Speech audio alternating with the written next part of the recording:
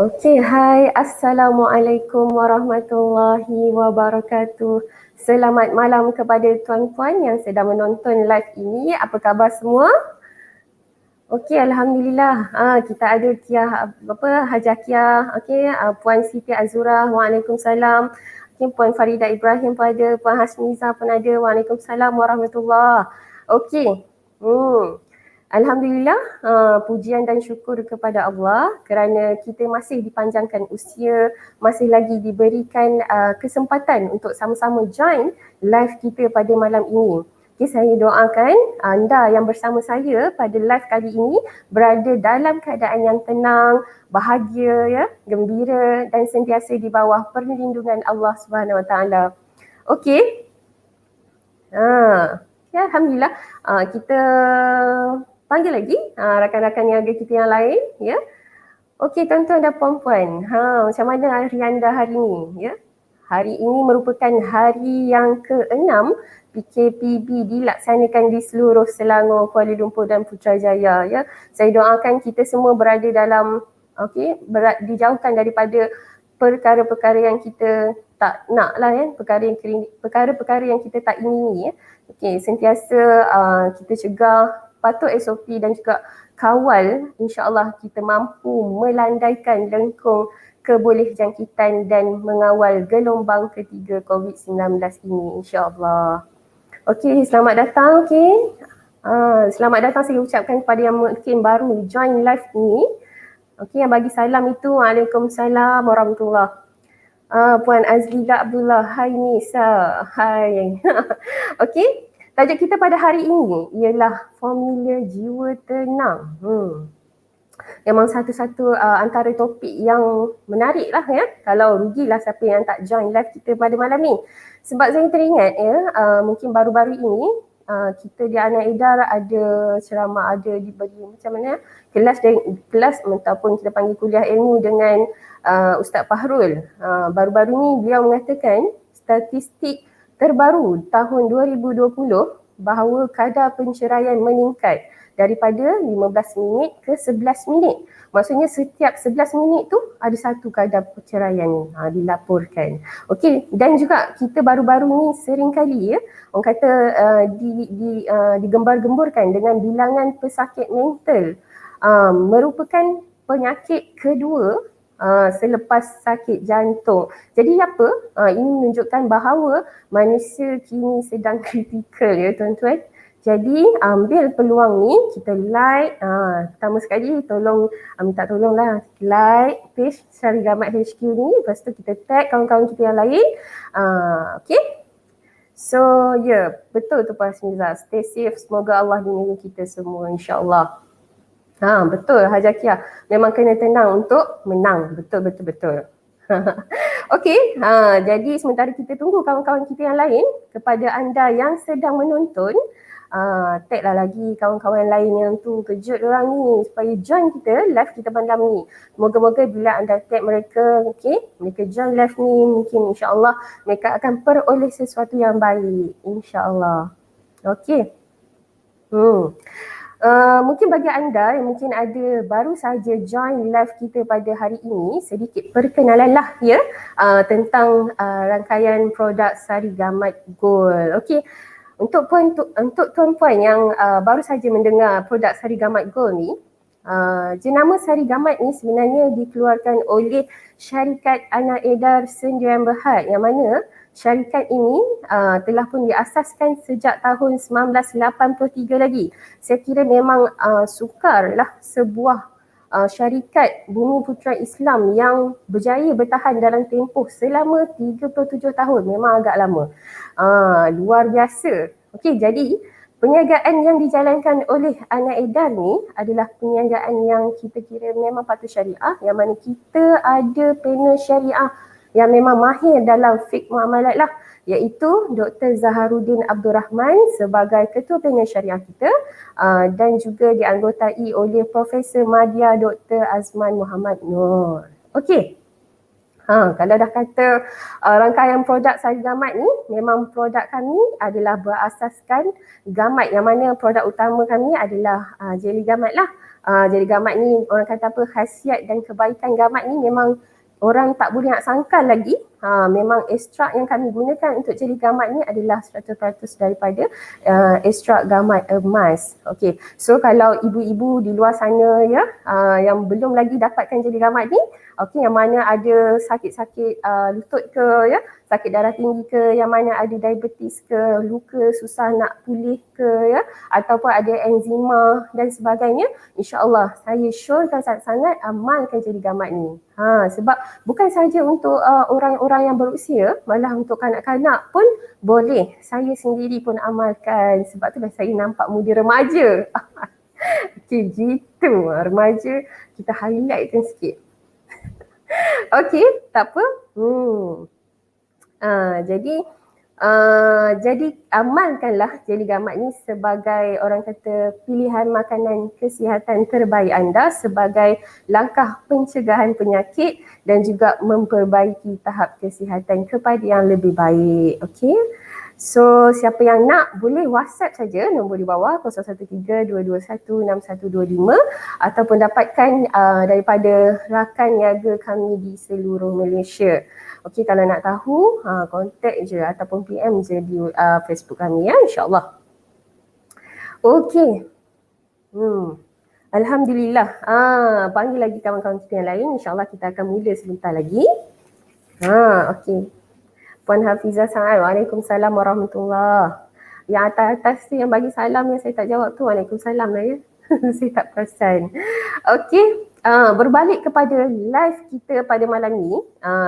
InsyaAllah setiap hari Isnin jam 9 malam kita akan adakan live dalam slot motivasi niaga kita panggil, dan ini merupakan antara usaha syarikat bagi memastikan rakan niaga kita sentiasa bersemangat. Jadi kami akan bawakan topik-topik yang menarik dan dengan jemputan orang kata yang luar biasa hebat, penceramah-penceramah ya, pakar motivasi dan juga mungkin ada yang penulis buku, dan yang pastinya memang mereka ni selalu, kalau sebelum ni kita tengok mereka hanya di televisyen ya, ataupun kita selalu dengar ceramah mereka di corong-corong radio. InsyaAllah malam ni kita akan bersama beliau.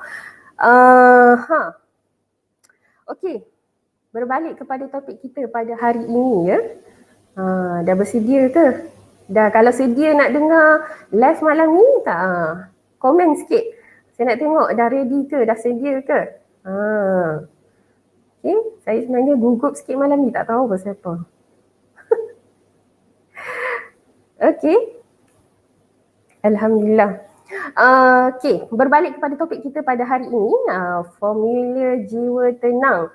Okey, sehari dua ni ramai antara kita mungkin runsing ya, runsing fikirannya, tidak tenang hatinya ya, merasa beban yang berat bila memikirkan masalah-masalah tertentu. Jadi dengan memikirkan keadaan ekonomi sekarang yang tidak stabil ya, cukai-cukai yang sedia ada, bagaimana nak menjana ekonomi diri ya, dan juga yang apatah lagi yang mereka yang sudah berkeluarga, nak fikir anak dan juga isteri di rumah.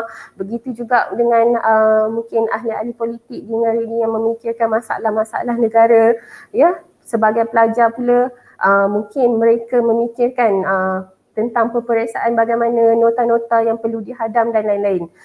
Begitulah saya nak ceritakan di sini adalah begitulah kehidupan manusia yang sering memikirkan pelbagai masalah sehingga menyebabkan kehidupan menjadi tidak tenang. Justeru malam ini kita bawakan topik formula jiwa tenang, dan jemputan kita pada malam ini ialah Imam Muda Hassan. Mestilah steady Encik Zaliman. Okey, Assalamualaikum Ustaz, apa khabar? Waalaikumsalam warahmatullahi wabarakatuh. Okey, tuan-tuan yang ada di rumah, sedikitlah ya untuk makluman, sedikit perkenalan tentang Imam Muda Hassan kita ni. Nama seperti yang saya dimaklumkan, nama beliau ialah Muhammad Hassan Adli bin Yahaya ya, yang mana merupakan juara Imam Muda Musim kedua, juga seorang usahawan dan juga pada masa yang sama masih aktif dalam menyampaikan ceramah mengenai isu-isu berkaitan agama. Tapi sekarang ni saya rasa mungkin gelaran Imam Muda tu kurang sikit, orang dah panggil dia Ustaz KRT. Ustaz KRT sebab beliau sekarang banyak membincangkan ataupun banyak post video-video yang membincangkan tentang masalah rumah tangga. Okey. Beliau juga ada, tak silap saya, beliau juga ada mengeluarkan e-book khusus yang berkaitan formula jiwa tenang. Mungkin kalau lebih lanjut nanti kita tanya dia lah ya. Okey. So Ustaz, tapi saya nak mention satu lah, saya perasan nama ayah Ustaz sama macam nama atuk saya. Okey. Okey, saya rasa penonton kita semua dah ready. Sediakan pen dan kertas masing-masing. Jadi tanpa membuang masa, saya ingin serahkan live ini kepada Imam Muda Hassan dengan tajuk kita pada malam ini, Formula Jiwa Tenang. Silakan.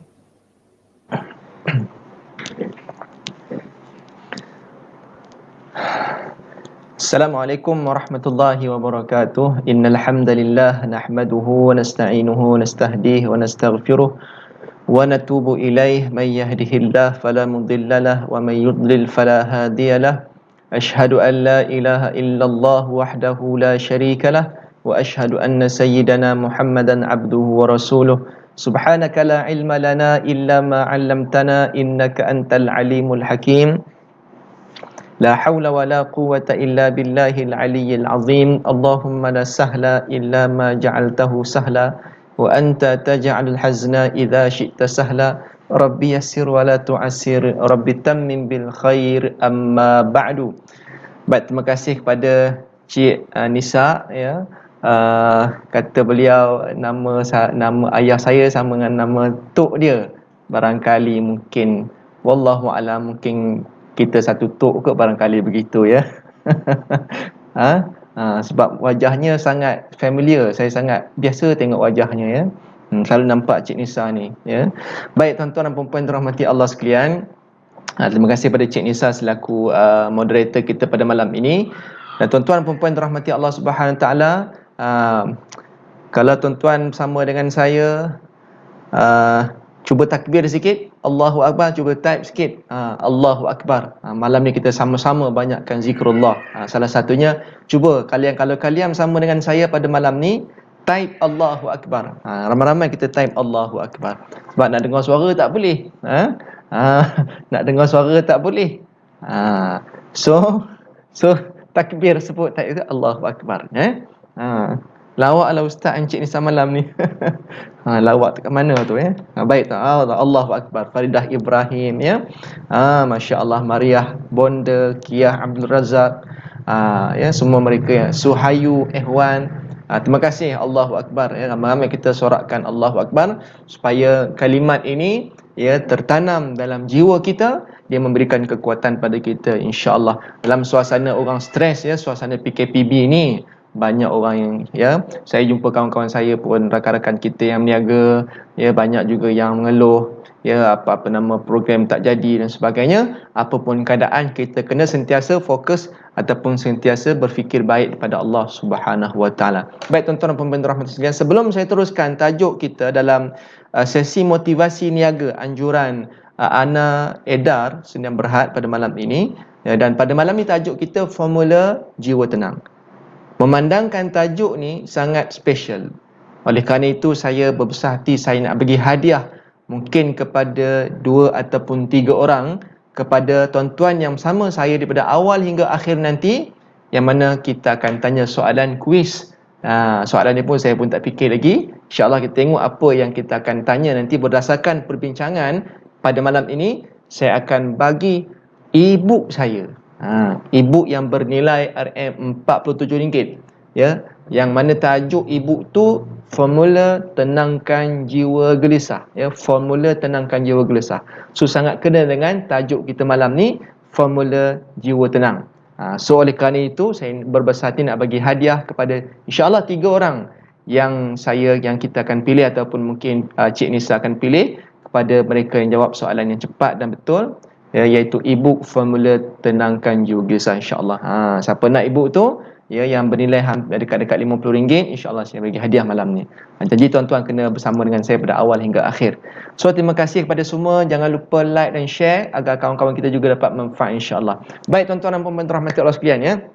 Bila kita sebut, cuma malam ni saya nak sebut poin-poin saya malam ni dia tidak ada dalam e-book tu.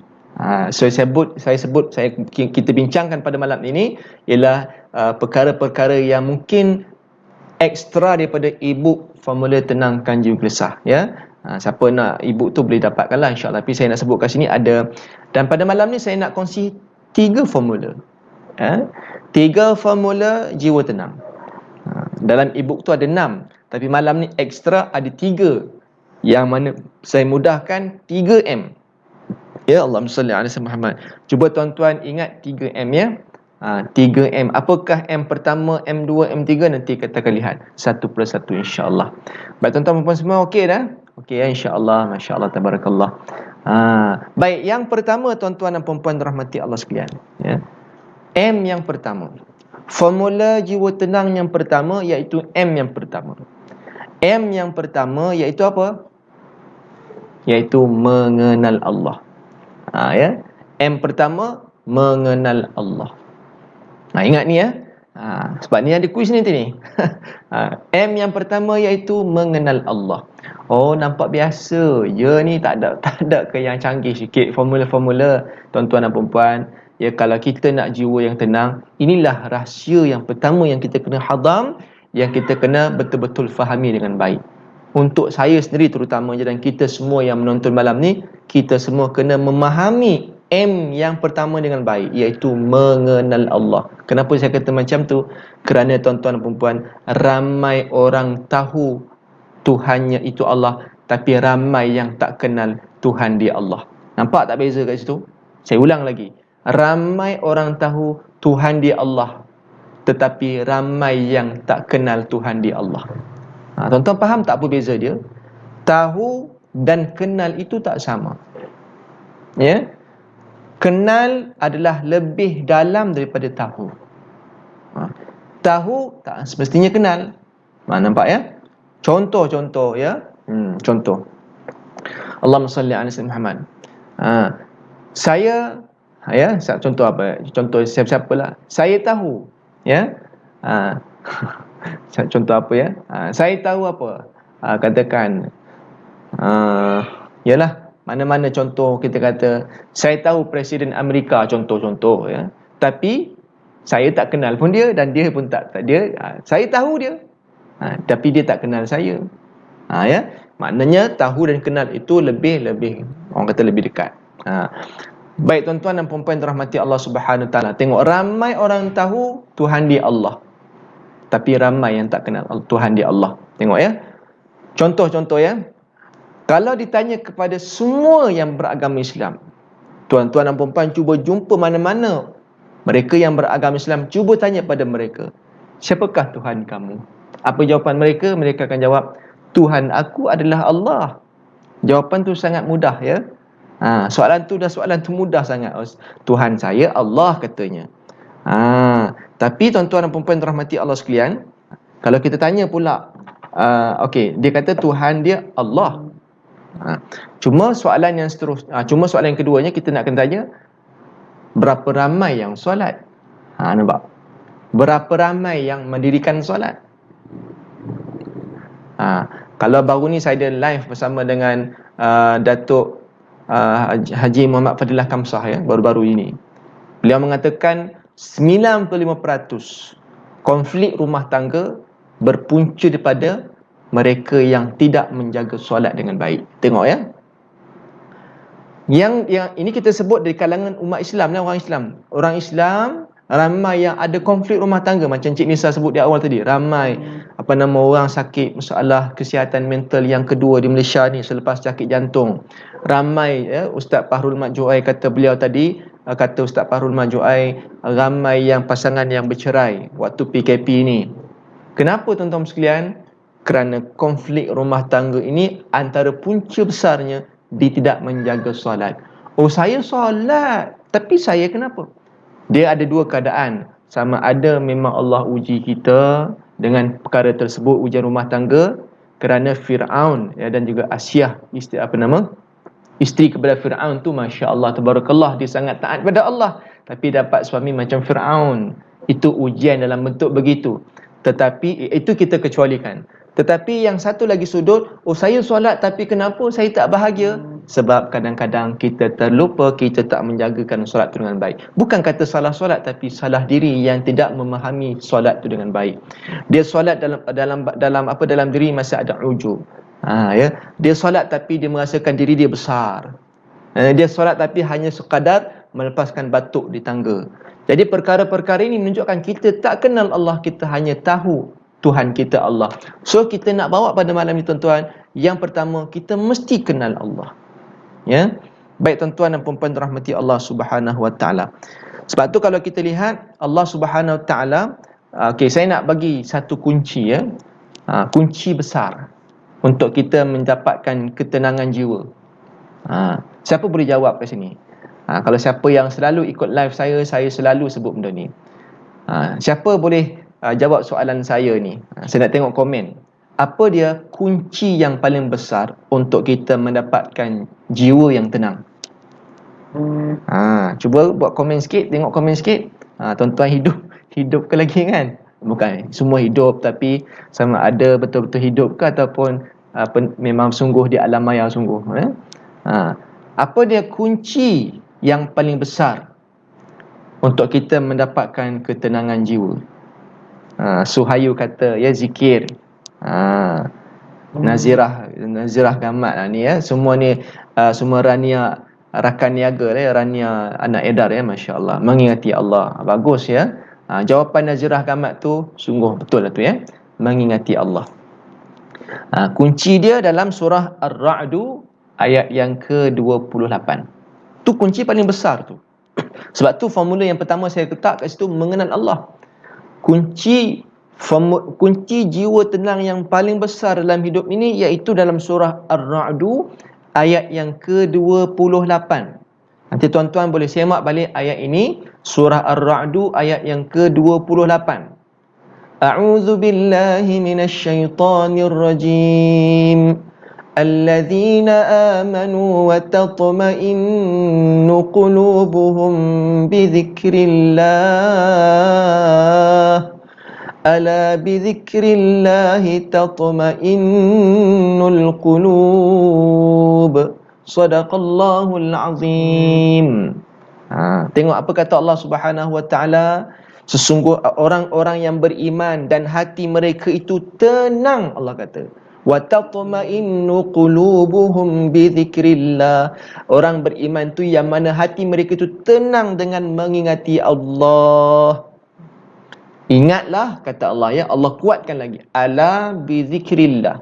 Ingatlah dengan mengingati Allah, tatma'innul qulub. Hati jadi tenang. Orang kata, oh saya tak tenang ni, saya pergi jumpa kaunselor. Yes, saya tak kata tak betul. Pergilah jumpa kaunselor. Ya, silakan. Sebab Allah kata, fas'alu ahla dzikri in kuntum la ta'lamun. Tanya pada ahlinya kalau kamu tak tahu.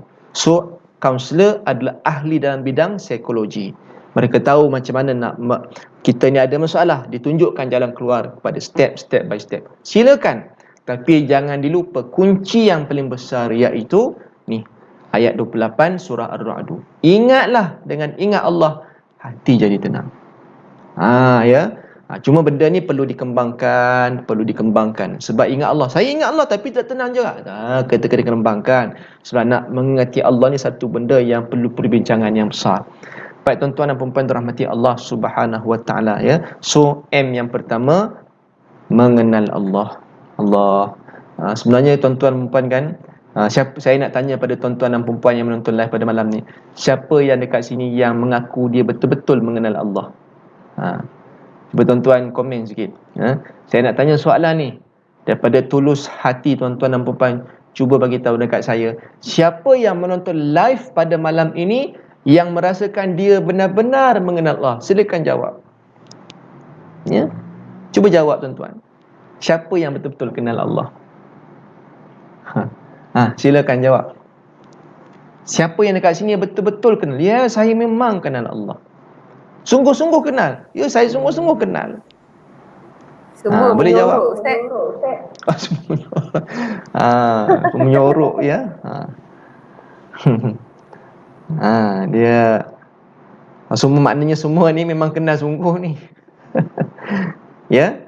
Dia kadang-kadang live ni dia kadang-kadang komen ni delay sikit kan dalam live ni, biasanya begitu ya. Okey. Kalau nak tanya pada saya ya, kalau tanya pada saya sendiri pun ya, saya sendiri pun belum betul-betul mengenal Allah. Saya sendiri tuan-tuan pun mengaku saya sendiri pun belum betul-betul mengenal Allah. Kita tahu ingat Allah hati jadi tenang, tapi persoalannya apakah kita ni benar-benar mengenal Allah? Ya. Sebenarnya ramai orang, masuklah saya cakap ni, kita belum betul-betul mengenal Allah Subhanahu Wa Taala. Dia kalau kita betul-betul mengenal Allah, jadi macam mana tuan-tuan sekalian? Tak berani nak buat dosa, tak berani nak buat maksiat. Contoh ya, ramai orang tahu api itu bahaya. Ramai orang tahu api itu bahaya. Sebab apa? Sebab api itu membakar. Macam mana kita tahu api itu bahaya?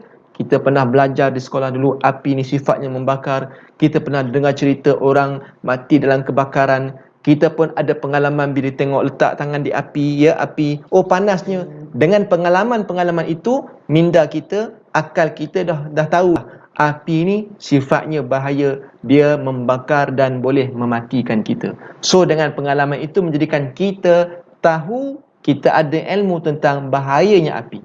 Bermakna kita tahu api itu membakar. Okey? Baik tuan-tuan dan puan-puan rahmatullahi sekalian. Cuma na'udzubillah min zalik ya, satu malam kita tidur, na'udzubillah min zalik, minta jauh lah perkara ni kan, kita minta simpang jauh ni. Tidur malam, tiba-tiba terbakarlah rumah kita, na'udzubillah min zalik, minta jauh ya, rumah terbakar. So kita tahu api itu membakar dan dia bahaya pada kita. Sekarang ni tuan-tuan, kita tak sedar daripada tidur. Mati tak? Mati tuan-tuan. Kalau tak sedar daripada tidur, matilah. Padahal tahu api itu membakar, bahaya. Tetapi kerana apa? Kerana kita tak sedar.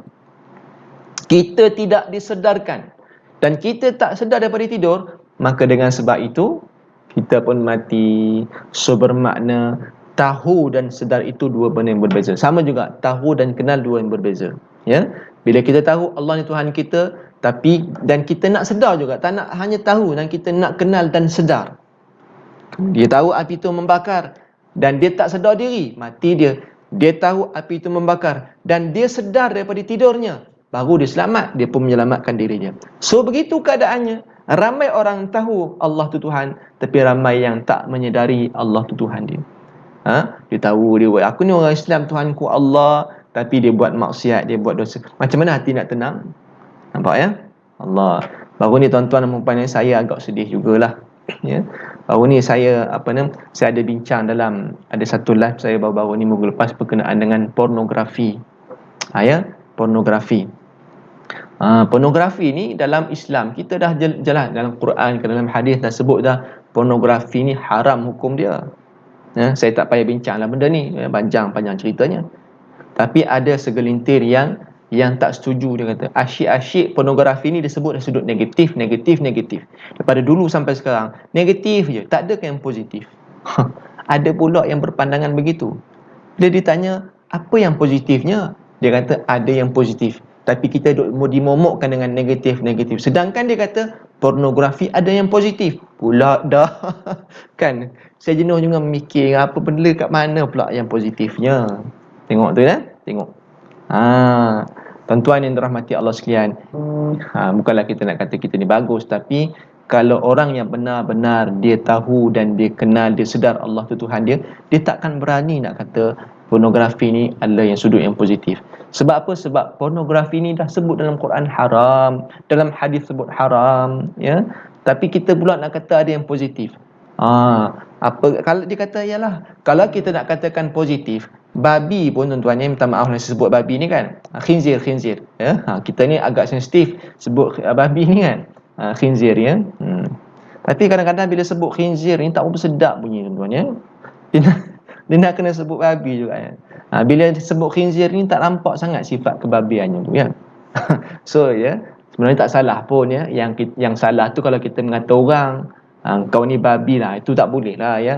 Tapi sebenarnya tak ada masalah pun sebut ya. Baik, babi ni tuan-tuan sekalian, dalam Al-Quran sebut haram ke tak haram?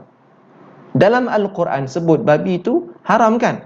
Hurrimat alaikumul maitatu waddamu walahmul khinzir. Haram bagi kamu makan darah dan bangkai dan daging babi. Dah sebut jelas haram. Berani tak kita nak kata babi itu halal? Asyik-asyik haram, asyik-asyik haram, asyik-asyik negatif, kata babi ni haram, haram, haram. Tiba-tiba kita nak kata, cuba kita pandang pula halalnya babi tu. Boleh tak? Berani? Siapa berani cakap macam tu? Ya? Berani tak kita nak mempertikai, nak melawan arus daripada ayat Al-Quran, kita kata babi tu halal, apa salahnya? Memang tuan-tuan, kalau saya, Allahumma salli ala sayyidina Muhammad, dalam saya pernah ikut satu dengan seorang pensyarah ni, dia kata apa? Khinzir ni tuan-tuan ada lebih daripada 200 manfaat kepada manusia. Bayang, lebih daripada 200 manfaat khinzir ni.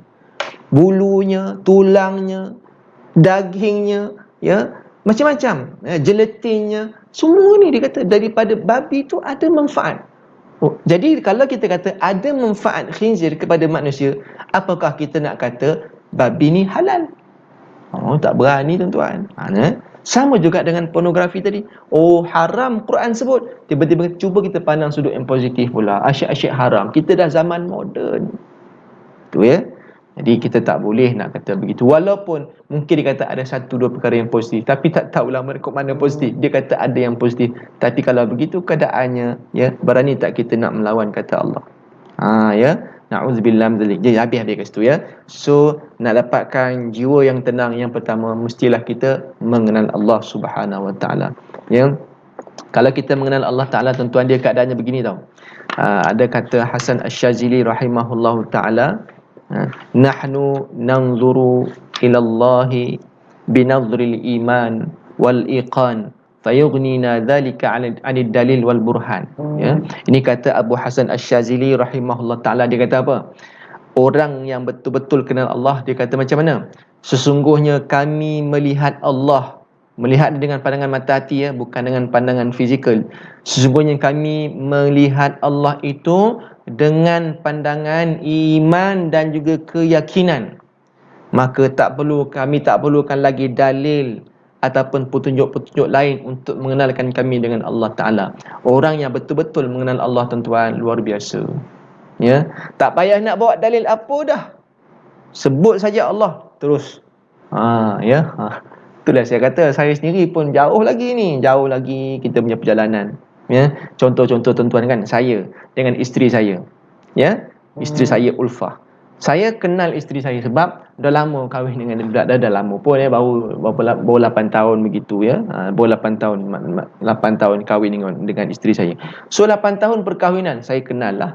Ya, bukan saja kawan satu rumah, tapi kawan satu bilik, ya, kawan kawan pasangan hidup.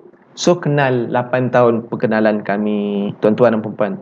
Jadi bila saya dah kenal isteri saya, itu sebenarnya banyak lagi yang tak kenal tu kan. Walaupun 8 tahun, ada lagi yang masih belum dikenali hati budi tu kan. Proses nak mengenali lama. Tapi nak ceritanya, saya dah tahu dan saya kenal isteri saya ni siapa. Maka saya tak perlu dalil nak mengenalkan tentang isteri saya.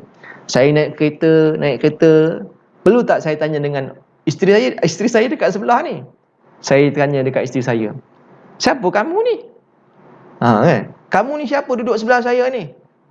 Isteri kita dia menung, dia pun tengok, kenapa ini buang terbiak pula? Betul ke kamu ni isteri saya? Kita tanya dengan dia macam tu, betul ke kamu ni isteri saya? Betul lah katanya, saya ni isteri abang lah. Apa buktinya? Perlu tak saya minta bukti kat isteri saya yang nak kata dia tu isteri saya? Tak payah bukti. Perlu tak saya, mana bukti, tunjuk surat kahwin, surat nikah mana? Tak payah tunjuk lah, sebab saya dah kenal lah. Kan, suaranya yang saya kenal, cara berjalan saya kenal kan? Sebab dah kenal, tak perlu lagi bukti, tak payah nak keluar IC. Anak-anak saya dah tahu dah, balik rumah dah tahu dah, kalau cara bersepah macam ni, siapa punya kerja. Kalau cara duk susun pinggan macam ni, anak nombor berapa. Ya. Cara berjalan bunyi petapak kaki begini, dah tahu dah ini anak yang mana satu. Sebab apa? Sebab dah kenal dah. Ya, walaupun tak nampak dia. Ya, anak saya pergi sekolah, balik-balik rumah saya tengok rumah bersepah. Saya dah tahu dah, rumah bersepah ni anak hak mana satu jenis. Saya dah tahu dah cara bersepahnya macam mana. Walaupun saya tak nampak, sebab saya sudah kenal, maka tak perlu bukti. Maka orang yang mengenal Allah, dia tak perlu bukti, tuan-tuan ya. Ini kepada proses ilmu lama-lama kita mengenal Allah Subhanahu Wa Taala. Okey, habis dekat situ tuan-tuan dan puan-puan. Habis M, formula jiwa tenang yang pertama. M yang pertama, mengenal Allah Subhanahu Wa Taala. Kita pergi pada formula yang kedua. Formula tenang jiwa, formula jiwa tenang yang kedua, iaitu M yang kedua. Apa dia? Menjemput rezeki. Ya. M yang kedua, menjemput rezeki. Baik, M yang kedua, menjemput rezeki. Baik tuan-tuan sekalian, hari ni macam Cik Nisa sebut tadi, ramai orang yang stres. Ramai orang yang ada masalah rumah tangga. Ya, dulu kalau saya sembang dengan seorang kaunselor, dia kata apa? Ni kaunselor rumah tangga ya. Dia kata apa? Dulu Ustaz, beberapa tahun yang dulu, boleh dikatakan punca perceraian di Malaysia ni, yang pertamanya memang masalah tak solat. Suami saya tak solat, tu nak bercerai tu. Isteri saya tak solat. Itu antara yang tertinggi, dia kata. Dulu-dulu lah, lama, beberapa tahun yang dulu. Tapi sekarang ni dia kata, sekarang ni orang datang mengadu masalah nak cerai, solat tu nombor 4, nombor 5. Bukan isu tu. Yang pertama dia kata masalah kewangan. Ramai yang bercerai, yang ada konflik ni, salah satu tadi, ya memang betul, solat tadi tu tak dijaga dengan betul, membawa kepada masalah-masalah lain. Hati tak tenang. Dan antara faktor yang lain, masalah keuangan. Itu antara yang nombor 1 yang tertinggi sekarang ni buat masa ni. Masalah keuangan. Daripada masalah keuangan pergi kepada masalah macam-macam lah, nampak ya. Jadi tuan-tuan, hari ni banyak orang tak tenang ya. Saya jumpa dengan kaunselor, dia kata apa? Allahumma salli ala sayyidina Muhammad, hari ni umur 8 tahun dah ada nak bunuh diri, tuan-tuan. 8 tahun nak bunuh diri dah. 8 tahun dah jadual, udah ada berniat nak bunuh diri. Ya Allah. Betul lah Cik Nisa sebut tadi kan, masalah kesihatan di Malaysia ni nombor 2 nya jatuh kepada masalah kesihatan mental. Allahu Akbar. Very serious, seriously tuan-tuan, sangat bahaya. Ya. Baru ni berlaku di satu negeri, ya, pantai timur. Seorang bapa, dia bunuh anak dia, tuan-tuan. Anak masih kecil, dia lumur garam pula. Ya, kata dia ni kata apa? Saya melihat malaikat datang bisik-bisik. Ya Allah, halusinasi. Jadi perkara ni datang daripada mana ni?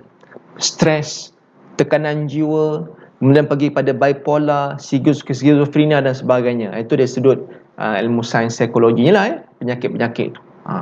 Allah, bermula pada stres tadi tu. Kenapa orang stres? Soalan dekat sini, kenapa banyak orang stres? Ya, tekanan, tension. Tension tu normal, tuan-tuan. Semua orang ada tension, perasaan tension tu ya. Bila traffic jam, tension. Tapi tak membawa sampai depression. Yang kita bimbang tu stres yang membawa kepada depression. Na'udzubillah min dzalik, minta jauh. Ya. Baik tuan-tuan sekalian, tengok ya begini keadaannya. Ramai orang stres sebab dia tak faham dia ni. Contoh ya, ramai orang stres sebab dia sibuk mencari rezeki. Tuan-tuan kena faham ni baik ya. Ramai orang stres sebab dia sibuk mencari rezeki. Oi, mencari rezeki jadi stres ya? Iya tuan-tuan. Banyak sangat hal dunia. Okey, satu itu tak apalah, betul lah tu. Anasu katakan. Tapi ni nak sebut ni, ramai orang stres sebab dia sibuk mencari rezeki. That's why kita stres. Kenapa orang stres? Ni formula ya. Formula kenapa stres. Kenapa jiwa tak tenang? Formula jiwa tak tenang. Formula jiwa tak tenang, banyak fikir, kurang zikir. Ini formula dia.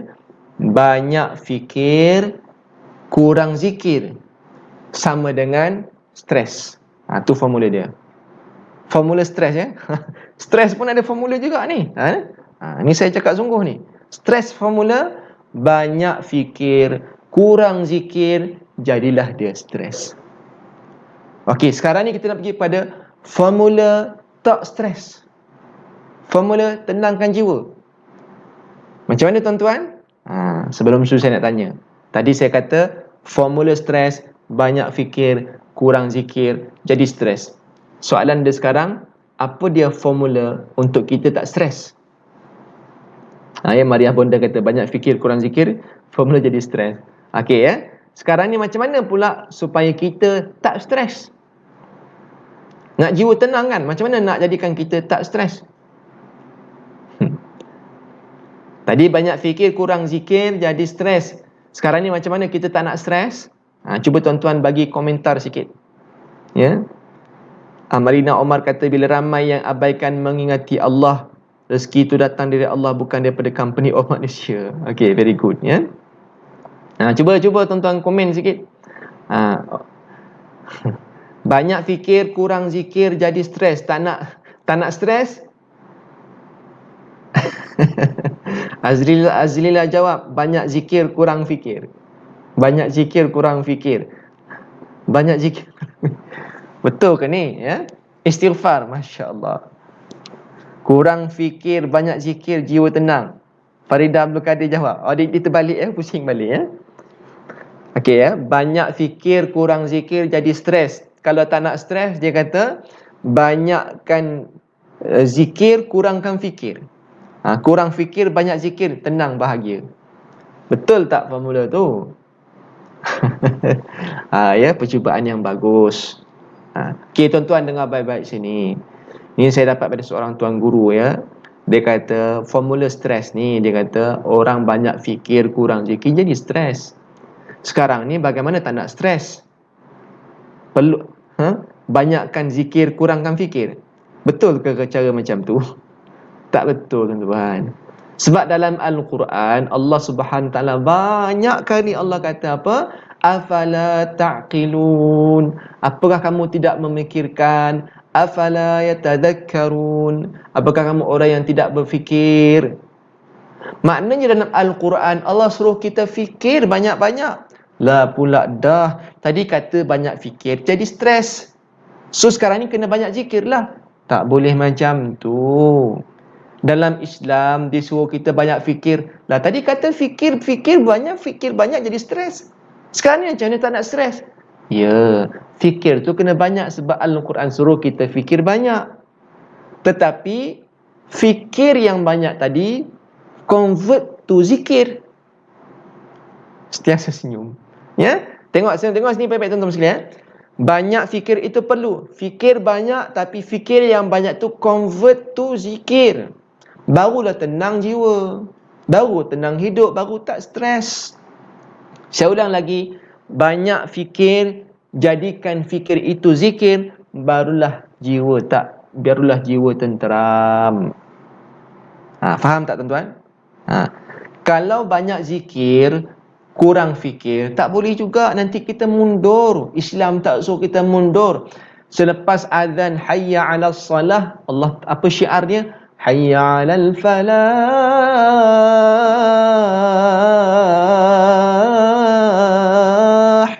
Marilah kita, Allah ni syiar Islam ni. Bukan saja solat. Solat tu kan zikir tu. Zikir. Solat, zikir. Adakah cukup dengan syiar Islam zikir saja? Solat. Tak. Allah suruh kita, Islam suruh kita menuju kejayaan. Nak menuju kejayaan kena banyak fikirlah. Banyak fikir. Ya, anak edar kan. Fikir buat produk baru. Ada apa nama? Ada aromaterapi massage oilnya. Fikirnya zaman PKP COVID tu nak buat apa produk ni? Keluarkan hand sanitizer pula. Kan? Ini apa pula keperluan orang nak? Fikir itu menjadikan kita berjaya dan itu Islam nak. Tak boleh tertunggu duduk diam ya. Zikir, solat, taubat, solat hajat. Ya Allah, aku ni susah ya Allah. Lepas tu duduk tidur menung. Nak percaya macam mana gitu. Jadi itu menjadikan kita lemah. Banyak zikir, kurang fikir, lemah. Sekarang ni nak jadi orang yang berjaya dan tenang jiwanya, kena banyak fikir dan fikir itu jadi zikir, barulah tenang hidupnya. Ya. Tuan-tuan faham ya, insya-Allah jelaskan apa yang saya sebutkan sini. So lepas ni kita ubah sudut pandang kita. Bila fikir tentang COVID-19, convert tu zikir. Allah Ta'ala yang uji kita. Kena buang kerja, fikir Allah buang kerja ni stresnya. Fikir, ya inna lillahi wa inna ilaihi raji'un.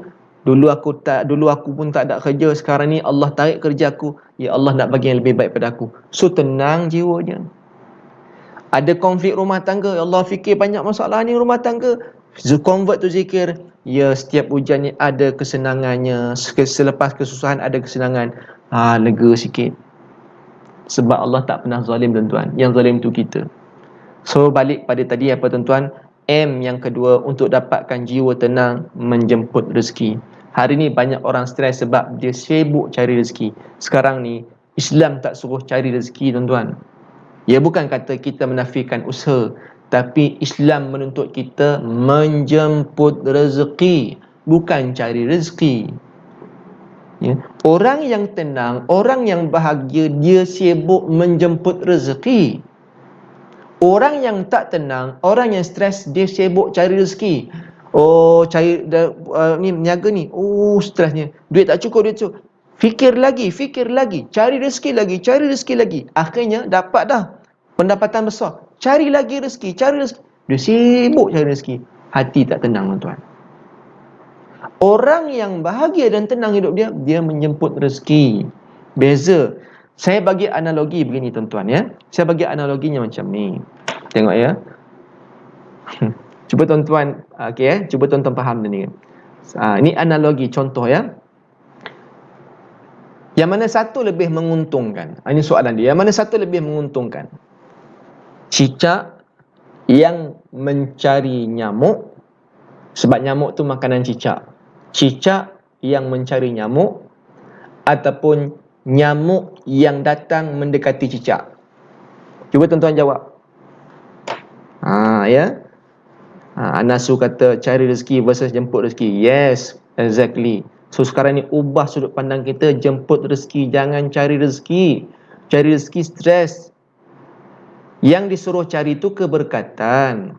Kita jemput rezeki tuan-tuan, bukan cari rezeki, jemput rezeki. Yang dicari tu keberkatan. Banyak orang dia cari rezeki tapi dia lupa nak cari keberkatan. That's why hati tak tenang.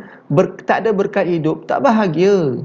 Apa guna banyak gaji kita, duit kita berjuta je, berkepuk-kepuk tapi jiwa tak tenang. Sebab dia cebok cari rezeki, dia lupa nak cari keberkatan.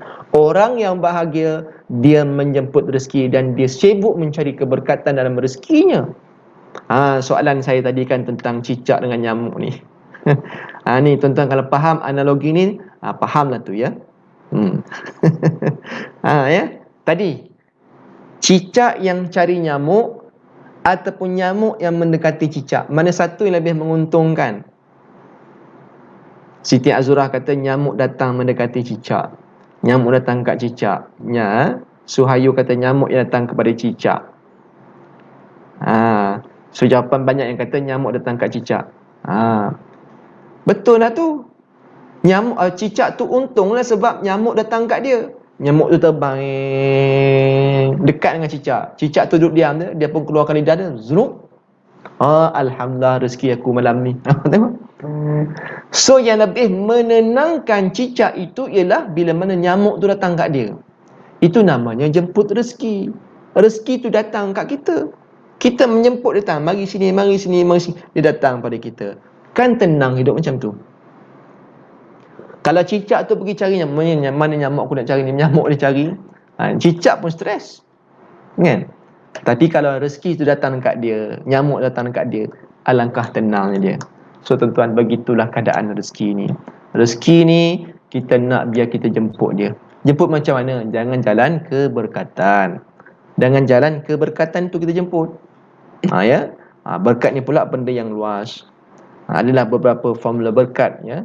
Kalau boleh tengok dalam formula tenangkan jiwa gelisah ibu saya tu ada saya letakkan formula berkat. Berkat itu saya susunkan, difahami dengan baik, insya-Allah kita menjemput rezeki dengan keberkatan. Baik tuan-tuan, hari ni ya banyak orang lupa soal keberkatan. Tu ya. So yang kedua tadi, M yang kedua, kita menjemput rezeki. Cicak. Cicak ngap nyamuk. So tengok ya. Sekarang ni kita menjemput rezeki. Sebenarnya tuan-tuan, banyak keadaan kita memang menjemput rezeki, cuma kita tak perasan je. Tadi tuan-tuan makan nasi tadi, siapa dah makan malam tadi? Dinner tadi. Tuan-tuan perhati tak nasi? Sepinggan nasi, dalam sepinggan nasi tu ada nasi, ada nasi sejemput ke? Satu mangkuk nasi.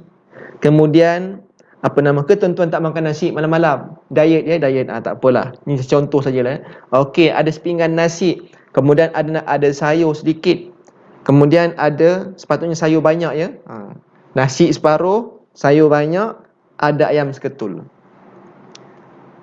Rumah ada 2 tingkat. Saya duduk di atas, isteri saya masak dapur. Sampai waktunya, bang, mai makan bang, saya pun turun. Cuba kita berapa langkah kita menuju ke dapur untuk kita nak mengadap sepinggan nasi yang ada nasi di situ, ada sayur, ada ayam seketul. Berapa langkah? Cuba kita kira-kira. Lepas ni tuan-tuan cuba buat kerja rumah sikit. Cuba kira-kira langkah kita daripada bilik kita pergi ke dapur. Katakan ada lebih kurang 50 langkah sampailah kita ke dapur. Okey, sekarang ni kita tengok pula nasi kita sepinggan. Bermaksud kita mencari rezeki tu 50 langkah. Sekarang tengok pula sepinggan nasi tu, ada nasi kat situ, ada ayam, ada sayur. Berapa langkah nasi tu nak datang pada kita? Tuan-tuan pernah fikir tak benda ni? Berapa langkah nasi tu nak datang kat kita? Nasi dia tak ada lah kaki, tapi nak ceritanya nasi tu daripada beras. Beras tu datang kat mana? Beras tu diimport daripada Siam contohnya. Beras Siam contohnya, daripada Siam, Thailand tu. Berapa kilometer pula daripada Siam nak datang ke kita? Kalau nak dibilangkan berapa langkah, tahu berapa juta langkah pula daripada Siam, Thailand nak mari ke kita. Kita tadi nak dapatkan nasi tu 50 langkah je. Beras tu nak datang kat kita tuan-tuan, berapa ribu langkah, berjuta langkah kat kita. Tu dia. Sayur tu pula daripada Cameron Highland. Cameron Highland tu jauh. Saya duduk di Shah Alam ni, Cameron Highland jauh. Berapa ribu langkah pula sayur tu nak mari dekat saya. Ayam mana tu? Mungkin ayam ni dia punya kandang dia tu dia dekat Perak sana. Ayam Cik Man. Ayam Cik Man ya. Abang saya dia bisnes ayam. Katakan saya, abang Yop, saya panggil Yop, ayam seekor, dia kurier tu daripada daripada Sungai Wangi Perak tu mari ke sini Shah Alam tu. Berapa ribu langkah pula ayam tu mari kat saya. Ya Allahu Akbar tuan-tuan. Kita nak cari rezeki tadi, kita cari rezeki 50 langkah je. Tapi rezeki tu datang pada kita beribuan, jutaan langkah, kita tak perasan tuan-tuan. Tengok-tengok kita pun buang nasi tu. Sebab tu orang yang jiwa tenang dia pandang tu, ya Allah nasi ni tadi, ya Allah nasi ni berapa ribu langkah. Sebenarnya kita menjemput rezeki tu datang pada kita. Allah ya, nak cerita tentang menjemput rezeki ni panjang cerita tuan-tuan ya. Anak belanja nasi Arab syukur. Nasi Arab, katakan nasi Arab. Nasi Arab tu dia. Mana datang rempah tu? Daripada Jordan. Tu dia mari Jordan rempah tu. Berapa ribu langkah mari kita. Kita nak pergi tengok anak, mak, ni nasi Arab ni dah sampai. Oh, kita pun turun pergi ke dapur. Allah sedapnya nasi Arab ni. Makan nasi Arab. Berapa langkah kita pergi ke nasi tu. Tapi nasi Arab tu nak buat tu rempah daripada Jordan sana. Beras tu pula entah daripada mana. Ayam tadi entah daripada mana. Ya Allah, rezeki datang kat kita tuan-tuan. Lebih lagi daripada kita mencarinya. Tengok. Kita tahu merungunya, Allah tak tahu nak makan apa ni, nak makan apa tak tahu. PKP tak tahu nak makan apa. Padahal selama ni tuan-tuan, ya, kita lupa makanan datang pada kita dalam keadaan kita menjemput dia tanpa kita sedar. Ya, Allahu Akbar. Baik, habis kat situ dah, dekat pukul 10 dah ni ya. M yang ketiga, formula jiwa tenang yang ketiga, iaitu M yang ketiga, muhasabah diri. Ya. Kiai Abdul Razak kata minum fiber. Minum fiber, itu produk anak edar. Silakan insya-Allah. Ya, masya-Allah. Agar kita yang pasti kita sihat walafiat insya-Allah. Baik, formula yang terakhir M yang ketiga tuan-tuan dan puan-puan, iaitu muhasabah diri. M yang pertama tadi mengenal Allah. M yang kedua menjemput rezeki. M yang ketiga muhasabah diri. Kata Sayyidina Umar Al-Khattab radhiyallahu anhu, muhasabahlah kamu sebelum kamu dimuhasabahkan. Ya. Muhasabahlah diri sebelum kita dimuhasabahkan. So sebelum kita dijemput Allah Ta'ala, sibuk kita muhasabah diri. Antara muhasabah yang paling penting iaitu istighfar. Tuan-tuan, istighfar nampak simple kan? Simple. Tapi tahu tak kita istighfar ni dia punya powerful. Istighfar ni luar biasa sekali. Tuan-tuan cuba lihat dalam surah Nuh ayat 10 hingga 12 ya. Surah Nuh ayat 10 hingga 12. Apa kata Allah Subhanahu wa taala? A'udzu billahi minasyaitonir rajim. فَقُلْتُ اسْتَغْفِرُوا رَبَّكُمْ إِنَّهُ كَانَ غَفَّارًا يُرْسِلِ السَّمَاءَ عَلَيْكُمْ مِدْرَارًا Sadaqallahul Azim. Ni kita nak sebut jiwa tenang. Yang ketiga, muhasabah diri.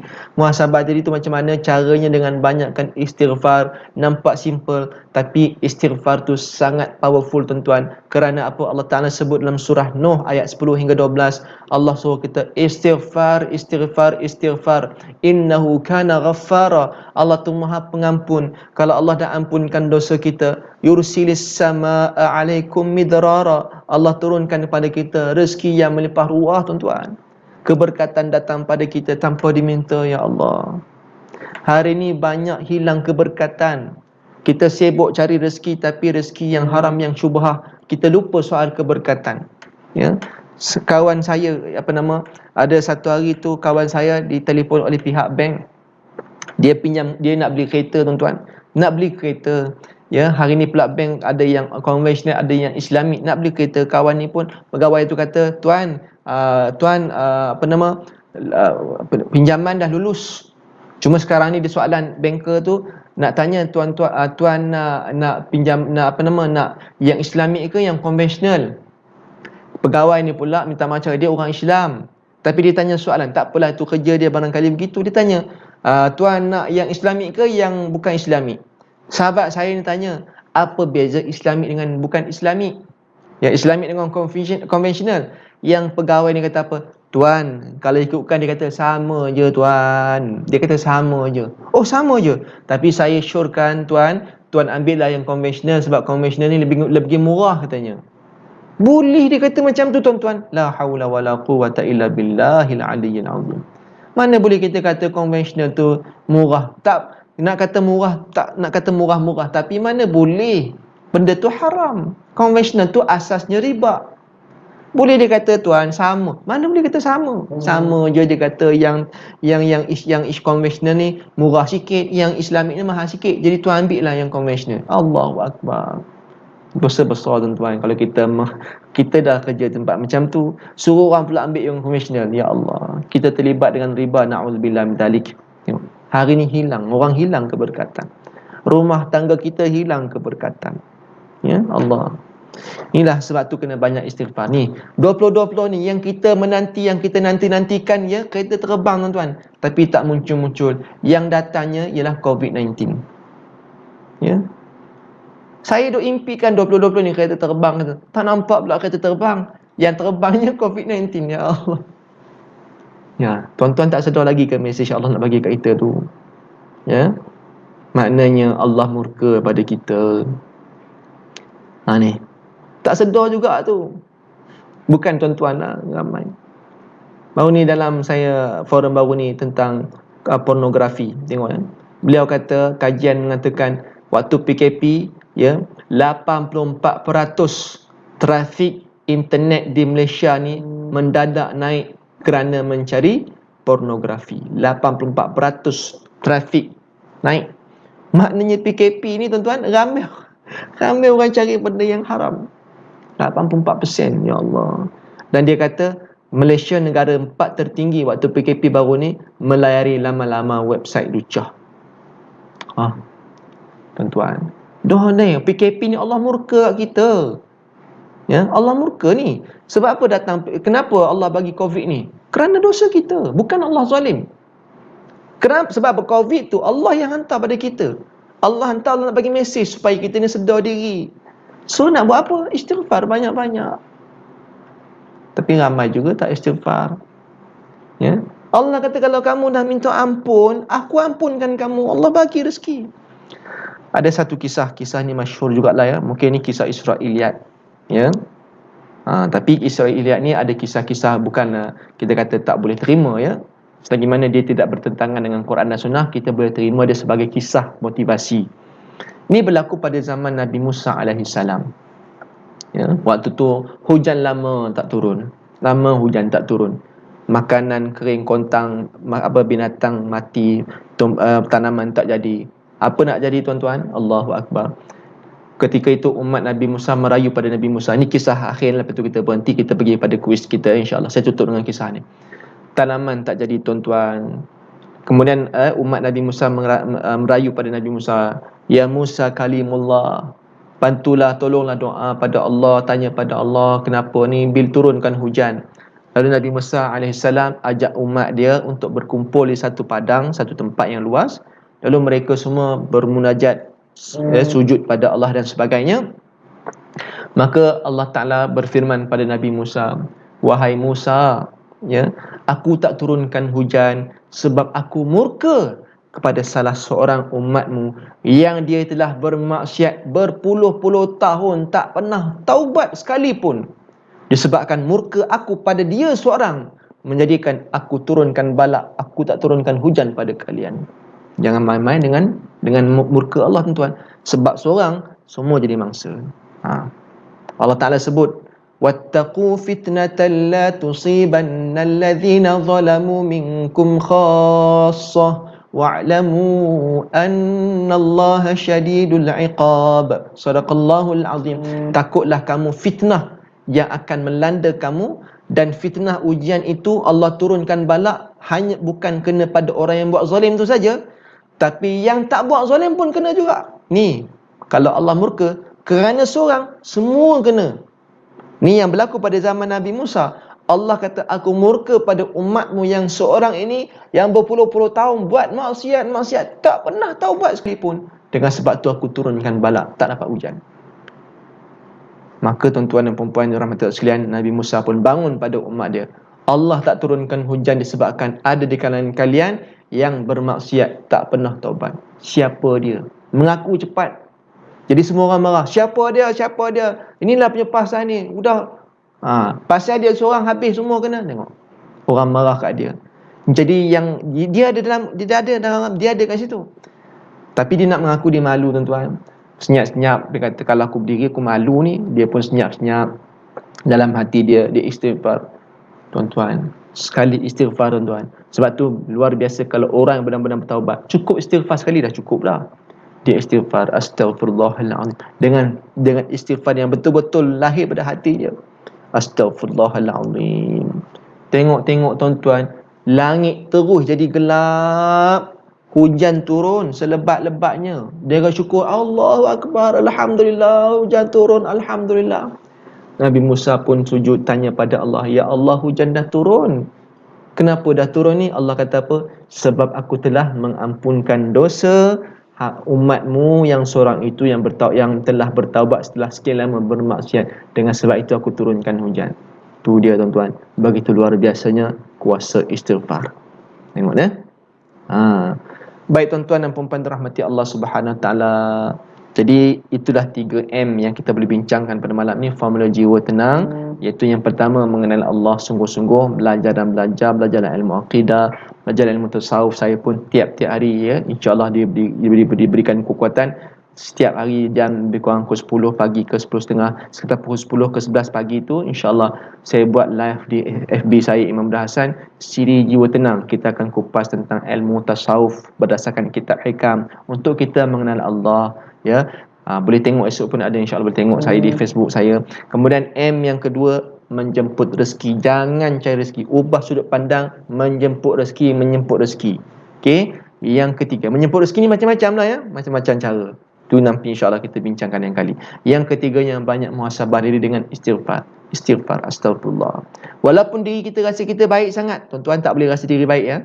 Walaupun kita rasa kita tak buat dosa, tapi kena banyak juga istighfar. Astagfirullah.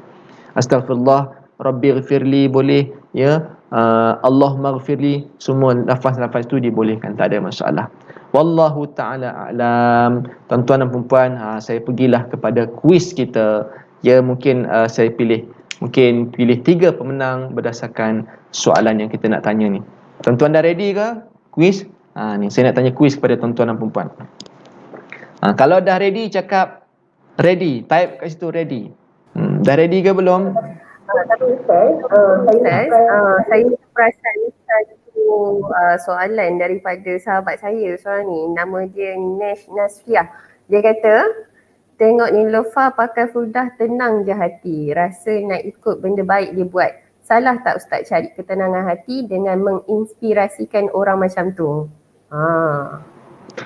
Okey, bagus soalan tu ya. Soalan cukup bagus. Iaitu soalan berkenaan dengan Nilofa. Sehari dua ni pun, hari ni pun ya, saya pun tengok masya-Allah. Nilofa berniqab hari ni kan. Apa nama? Ya. Tak apa, jadi kita tengok begini ya. Allahumma salli ala Muhammad. Satu perkara yang baik dibuat oleh Nilofa. Kita tak tahu niat dia apa, tapi kita sangka baik ya. Dan sebagai saudara semuslim, kita kena doakan kebaikan saudara kita. Bukan dicemuh, bukan dihina. Tak payahlah kita nak cerita bab niatnya apa, kita tak tahu. Ya, itu dia dengan Allah Taala. Selagi mana dia buat baik, kita sokong. Siapa-siapa pun, tak kira Nilofa siapa-siapa, kita sentiasa mendoakan saudara-saudara Islam kita. Jadi salah tak kalau kita terinspirasi dengan cara Nilofa lalu kita pun berubah kepada kebaikan? Tak salah. Tak salah. Sebab dalam hadis Nabi SAW, Nabi kata apa? Man sanna sunnatan hasanatan falahu ajruha wa ajru ma amila biha, atau kama qala Nabi sallallahu alaihi wasallam. Nabi kata apa? Sesiapa yang melakukan satu kebaikan, ya, maka dia akan dapat pahala kebaikan yang dia buat, dan dia dapat pahala orang yang ikut kebaikan yang dia buat tu. Tak kurang sikit pun pahala dia. Faham tak begini? Contoh ya. Nilofa buat baik, dia dapat pahala. Kita ni tuan-tuan terikutkan kebaikan dia, maka Nilofa dapat pahala kita tuan-tuan. Nilofa dapat pahala kita sebab kita ikut kebaikan dia.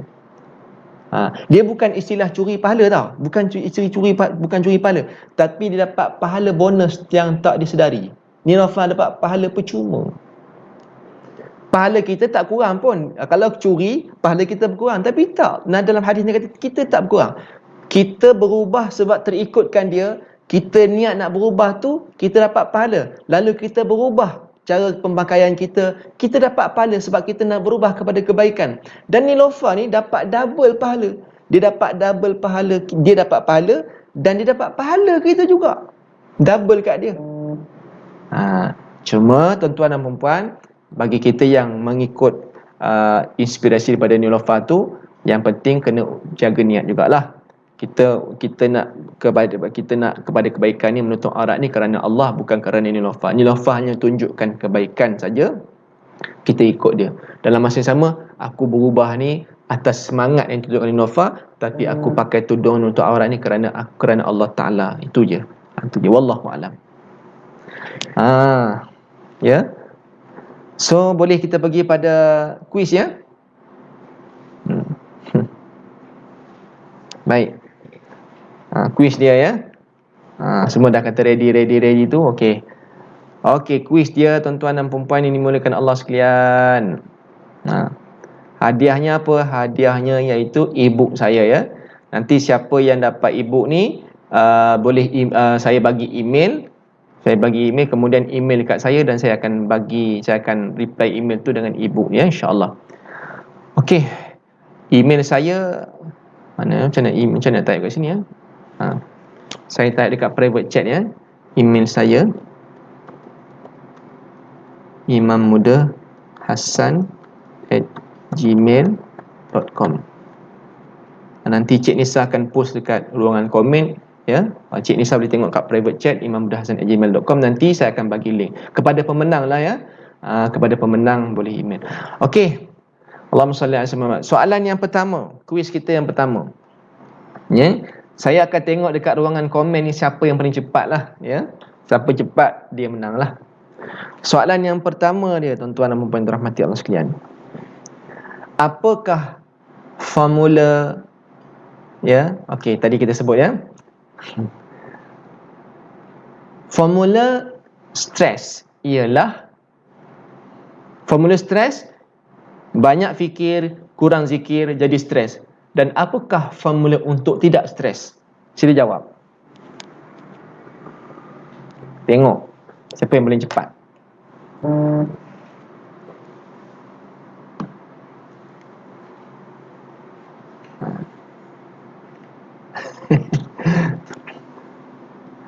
Maria Bonda.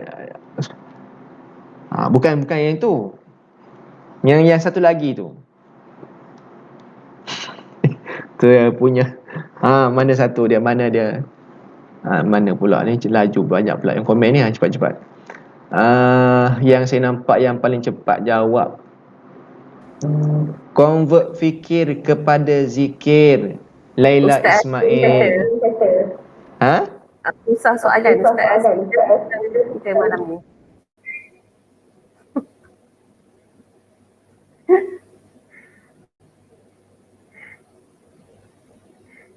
Termute pula suara dia. Mana? Okey. Tak susah Ustaz ya. Ustaz ni kacang dia jawab.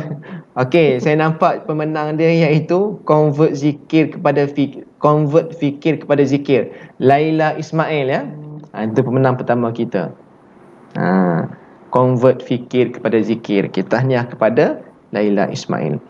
Okey. Soalan kuis yang kedua. Ya. Cik Nisa pun boleh tengok juga komen-komen tu siapa yang okey. Habis ya, habis dah situ dah. Kita pergi pada kuis soalan yang kedua. Soalan yang kedua iaitu Allahumma salli ala sayyidina Muhammad. Apa dia? Saya pun nak semua. Allahumma salli ala sayyidina Muhammad. Okey. Apakah kunci yang paling besar untuk mendapatkan ketenangan jiwa? Saya ada ulang di awal-awal tadi ya. Saya streskan banyak kali tu. Kunci ketenangan jiwa yang paling besar.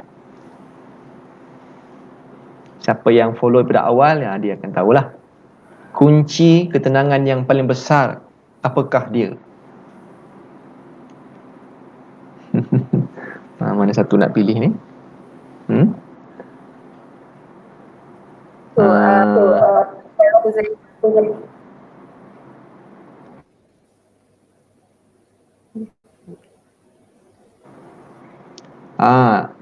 Amalina ya?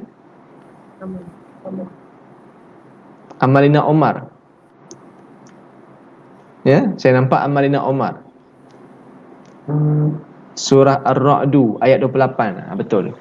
Jawapan ni adalah surah Ar-Ra'du ayat 28. So Amalina Omar ya. So tahniah pada Amalina Omar. Okey, habis dekat situ dah ya. Pergi pada soalan yang ketiga. Soalan yang ketiga ya. Soalan yang ketiga, tuan-tuan dan puan-puan yang dirahmati Allah sekalian.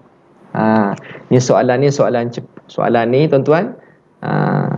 Siapa yang ni soalan paling susah lah saya kira ya. Tadi Ustaz Asli kata susah soalan kan, ni saya bagi lagi susah soalan ni.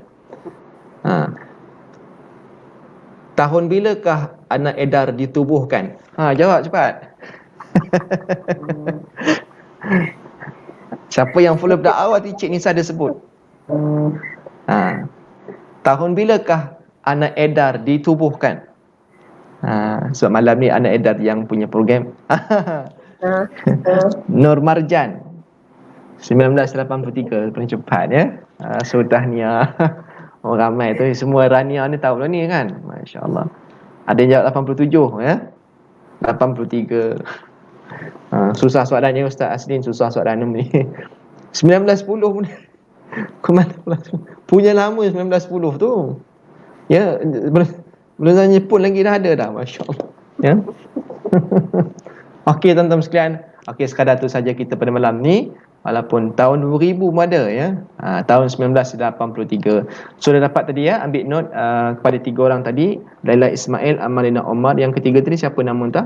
Apa nama yang ketiga tadi? Nur Marjan. Ha? Ha. Cuma nanti Nur Marjan ya. Okey. Minta kepada Laila Ismail, Amalina Omar, Nur Marjan tolong email kat saya ya. Type saja Ana Edar ya. Tiga orang ni Laila Ismail bagi tahu nama Assalamualaikum, saya Laila Ismail ya, Ana Edar dah. Saya faham lah tu makna itu pemenang kita dan saya akan emailkan e-book yang akan diberikan percuma kepada tiga pemenang ni tadi ya. Wallahualam, saya rasa mungkin sekadar itu saja. Saya serahkan balik kepada Cik Nisa. Silakan. Okey, baik. Terima kasih Ustaz kerana bermurah hati untuk menderma ya, ataupun kita hadiahkan kepada mereka yang stay daripada awal sehingga sekarang e-book Formula Jiwa Tenang. Itu Puan Nur Hafsah Awaludin dia kata, pelis dapat dengar suara Ustaz lambat lah pula boleh jawab, dia kata macam tu. Apa pun tahniah kepada soalan yang terakhir. Okey. Okey, sekarang saya buka, mungkin ada last ataupun ada apa-apa soalan sebelum saya akhiri live pada malam ni. Saya bukalah. Okey, Mutiara Kasih. Dia punya nama. Alhamdulillah dapat ilmu walau tak sempat view habis sebab tengah drive. Tak apa, dapat juga walaupun sedikit. Alhamdulillah. Okey, ada soalan? Saya buka soalan. Okay. Sekali lagi, untung yang dapat hadiah ibu tu ya. Saya nak je angkat tangan tadi. Saya nak juga, boleh tak Ustaz? Okey, tahniah sekali lagi kepada Laila Ismail, Amalina dan Nur Marjan. Okey, nampak gayanya macam saya tak nampak pun orang tanya soalan kat sini. So rasanya tak ada soalan dah tu kot. Okey, Okey, Nur Syafiqah kata, syukran jazilan Ustaz Imam Huda Hassan. Okey, terima kasih juga Nur Syafiqah kerana join live kita pada malam ni. Okey, ada lagi soalan ke?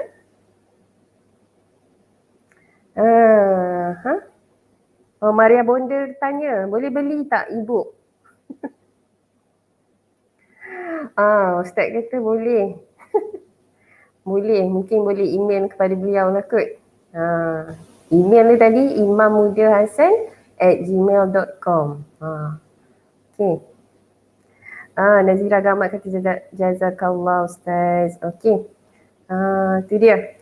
Alhamdulillah, nampak gayanya saya rasa insyaAllah semua orang mudah faham dengan formula malam ni. Cuma saya macam berkerut-kerut lah sikit, teringat pula belajar AdMed dulu-dulu. Tiba-tiba banyak fikir convert tu zikir, berkerut dari saya. Okey, itu dia. Maria Bona kata nanti kita email. Okey. Tuan, kita ada soalan daripada Siti Hajar Saleh. Dia kata macam mana nak tukar fikir pada zikir dengan cepat?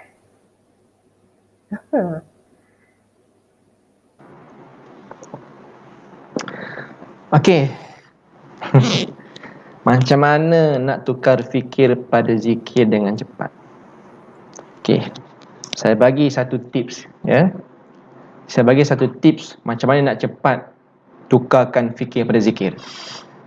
Tips dia ada pada kunci yang saya nak bagi ni. Kunci dia nombor dia 5121. Ni bukan nombor ekor ya. Ni bukan nombor ekor ni. 5121 dan bukan nombor pelik kereta.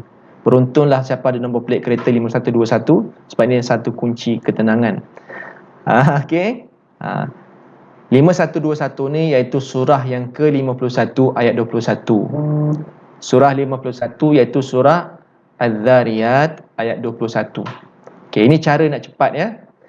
Cara yang cepatnya terus bila ada masalah ujian datang kat kita, terus ingat ayat ni.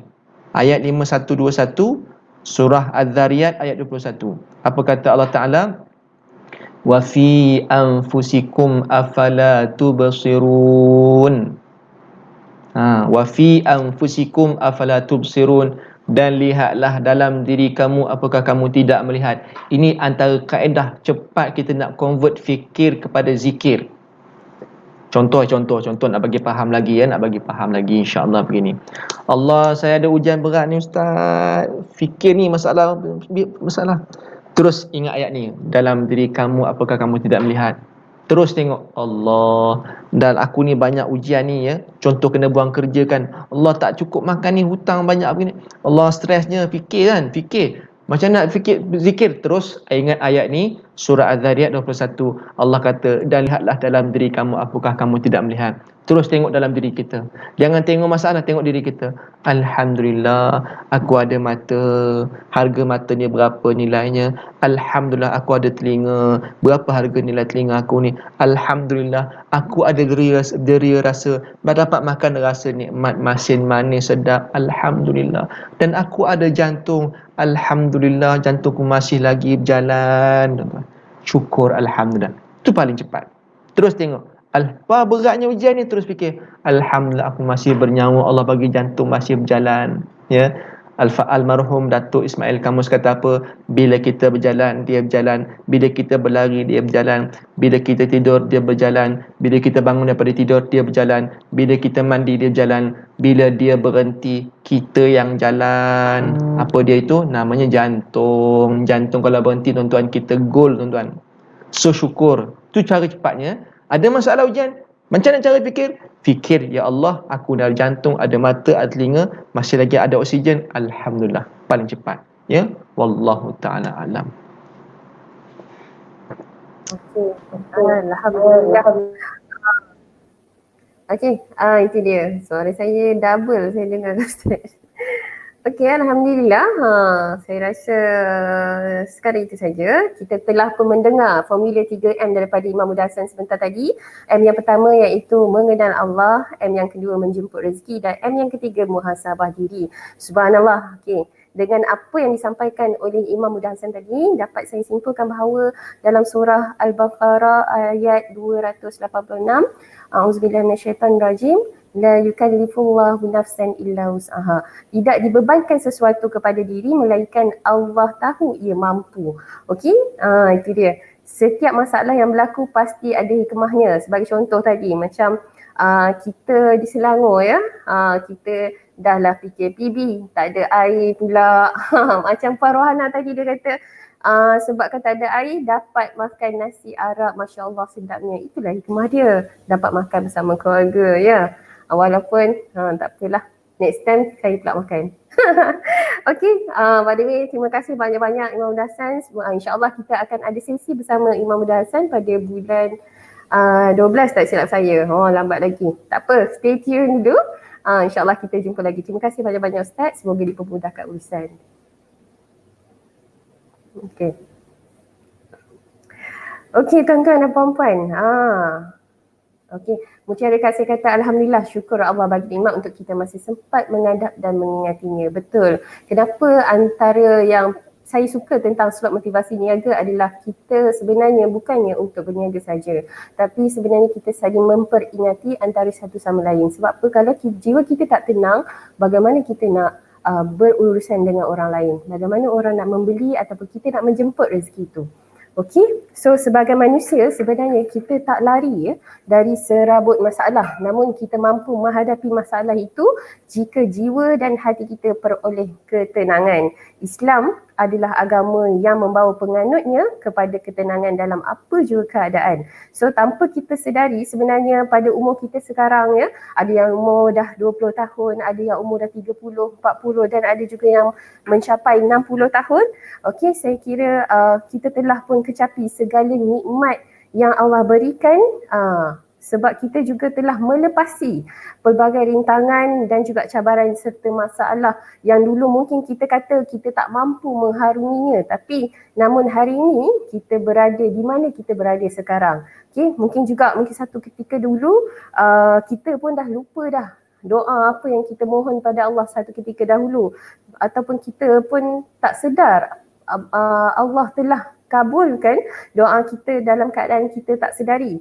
Jadi ketenangan hati ini bergantung kepada segala amalan kita, sangkaan kita kepada Allah Azza wa Jalla. Okey, dah macam ustazah pula saya ya. Okey, tak apa. Jadi saya nak kita tahu perkara-perkara ini nescaya kita tahu di mana ketenangan itu tersembunyi. Jadi dengan segala formula-formula yang disampaikan oleh Imam Buddha sebentar tadi, dapatlah kita menjalani kehidupan kita yang sementara ini dengan penuh ketenangan dan kebahagiaan sebagai hamba kepadanya. InsyaAllah. Betul, Encik Zariman. Bersangka baik pasti ada hikmahnya atas apa yang berlaku. Saya kira sampai situ saja. Kita jumpa lagi pada minggu hadapan pada hari dan waktu yang sama. Terima kasih sekali lagi kerana setia bersama saya sehingga ke akhir live ini. Sekian saja dari saya. Wabillahi taufiq wa hidayah. Assalamualaikum warahmatullahi wabarakatuh.